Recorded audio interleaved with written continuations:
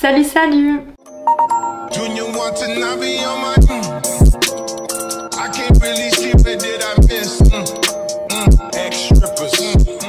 Bienvenue dans cette nouvelle vidéo tout à propos des marques. Comment est-ce que vous allez? Est-ce que vous avez passé une bonne semaine, une bonne journée? Dites-moi tout ça en commentaire, je veux tout savoir. Moi ça va, je passe une bonne journée. Aujourd'hui je me suis réveillée, motivée. J'ai filmé déjà une première vidéo, là je filme du coup ma deuxième. Bref, trêve de plaisanterie. Aujourd'hui on va parler de Fendi. Fendi a été créé par Adele et Edoardo Fendi. Donc en fait c'est un petit couple qui habite à Rome et ils ont créé leur entreprise en 1925. La première boutique va ouvrir en 1926. Un atelier dédié à la fourrure et un autre à la maroquinerie. L'entreprise sera directement propulsée à l'international. Donc à la fin des années 1940, Paola, Anna, Franca, Carla et Adla, qui sont les 5 filles du couple, s'investissent dans l'entreprise familiale. Elles vont apporter une nouvelle ère dans l'entreprise et beaucoup d'idées.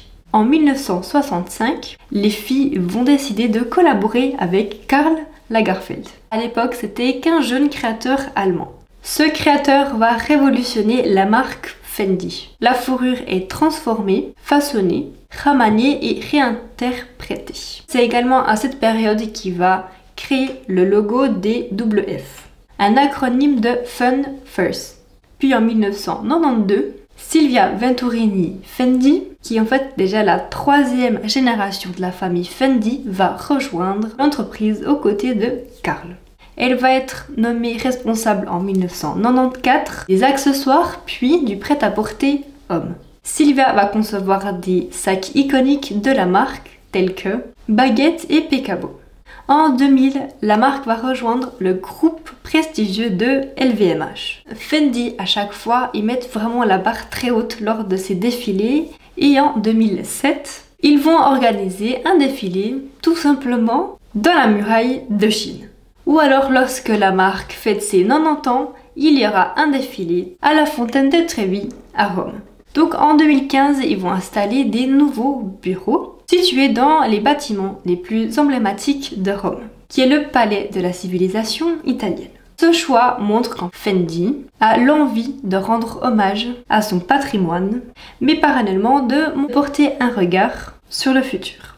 À la mort de Karl Lagerfeld en 2019, c'est Silvia qui va assurer la direction artistique des collections hommes et femmes. Puis en 2020, c'est le créateur britannique Kim John qui prend la direction artistique de la haute couture et du prêt-à-porter femme aux côtés de Silvia et de sa fille Delifa. Donc Delifa est déjà dans la 4e génération de la famille Fendi. Elle sera la directrice artistique de la bijouterie. Le style Fendi est très subtil. En fait, c'est un mélange entre la sobriété, la classe et l'exubérance. La marque cherche à mélanger raffinement et élégance, avec des pièces classiques mais avec une touche de modernité. Pendant que Karl était le directeur artistique, donc de 1965 à 2019, il a réussi à conserver les traditions romaines.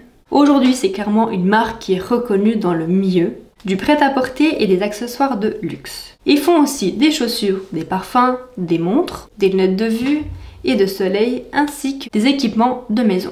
Ils sont devenus leaders dans leur domaine, mais tout en restant fidèles à leur image, élégants et chic. Un petit point sur Karl Lagerfeld. Donc c'est clairement une légende de la mode. Il est né en Allemagne, mais on ne connaît pas sa date de naissance.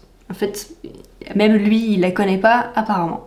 Il va travailler pour plusieurs marques de luxe comme Chloé et Chanel. Il est un des couturiers les plus prestigieux et il a travaillé avec beaucoup de célébrités. Il va décéder en 2019 à Neuilly-sur-Seine, suite à un cancer de la prostate. Donc en 2023, le Met Gala va lui rendre hommage. Pour ceux qui ne connaissent pas le Met Gala, en fait c'est un événement qui est organisé et à chaque fois il y a toujours un thème. Les personnes, donc les célébrités qui sont invitées, en fait les habits qu'ils portent c'est censé correspondre au thème indiqué. Et chaque année, le thème change. Et donc en 2023, le thème a été Karl Lagerfeld, A Line of Beauty. Les célébrités se sont habillées en Chanel et en Fendi. Les polémiques. En 2011, Fendi avait prévu de défiler en Corée du Sud, mais il y aura un problème. Fendi a beaucoup de créations en fourrure et les gens qui sont contre la fourrure n'étaient pas contents.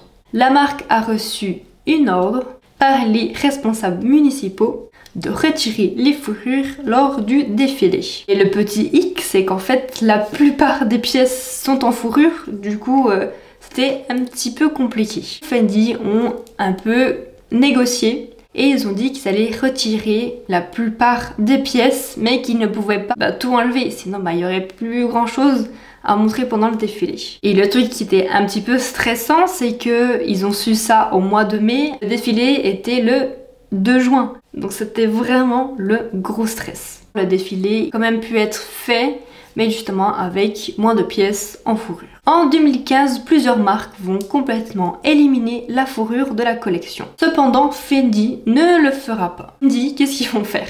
Karl Lagerfeld se dit qu'il faut faire les choses en grand. Pour les 50 ans de Fendi, et il va faire une collection tout simplement 100% fourrure à Paris. Du coup, ces créations vont clairement susciter beaucoup de réactions parmi les défenseurs des animaux. Le couturier a même dit au magazine The New Yorker « Aussi longtemps que les gens mangeront de la viande et porteront du cuir, je n'entendrai pas ce message. » Donc voilà, n'hésite pas à me dire ce que tu as en pensé, surtout avec ce dernier passage. Qu'est-ce qu'il faudrait faire? Genre vraiment enlever toute la fourrure? Alors moi, clairement, je suis contre la fourrure, mais en même temps, c'est vrai qu'on mange de la viande, mais c'est pas la même chose. En fait, si la viande est, on va dire, les choses ont été bien faites et on a quand même pris soin des animaux lors de l'abattoir, je pense que ça devrait aller. Mais c'est vrai que si c'est des mauvaises conditions et que les animaux sont maltraités, alors là, c'est sûr que je suis contre.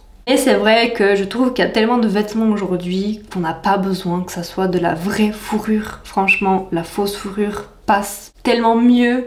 Enfin, ça sert à rien en fait d'aller arracher la fourrure de ces pauvres animaux quoi. Ils ont rien demandé. Et je trouve pas si beau que ça finalement. N'hésite pas à mettre un petit pouce bleu, à t'abonner à la chaîne et activer la petite cloche. Et sur ce, bye guys!